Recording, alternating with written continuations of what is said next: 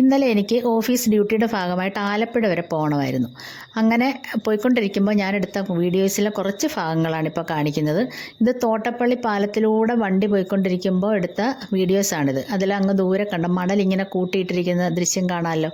അപ്പോൾ അതെന്ന് പറഞ്ഞാൽ തോട്ടപ്പള്ളി പൊഴിമുഖമാണ് ഈ കാണുന്നത്. ആ പൊഴിമുഖത്തിലെ പൊഴി മുറിച്ച് മാറ്റിയിരിക്കുന്ന ആ മണ്ണാണ് അവിടെ കൂടി കിടക്കുന്നത്.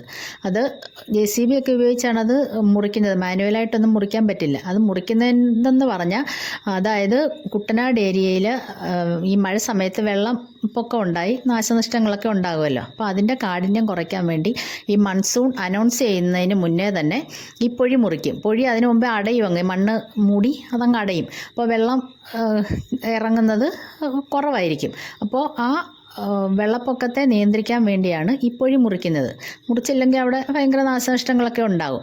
അങ്ങനെ അത് മുറിച്ചുകൊണ്ടിരിക്കുന്ന ഇതാണ്. മുറിച്ച് കുറേ ആയി, മുറിച്ച് മാറ്റിയേക്കുവാണ്. ആ മണ്ണാണ് അവിടെ കിടക്കുന്നത്. പിന്നെ ഇത് എന്ന് പറഞ്ഞാൽ ഹൈവേയുടെ പണിയൊക്കെ നടന്നുകൊണ്ടിരിക്കുന്നത്.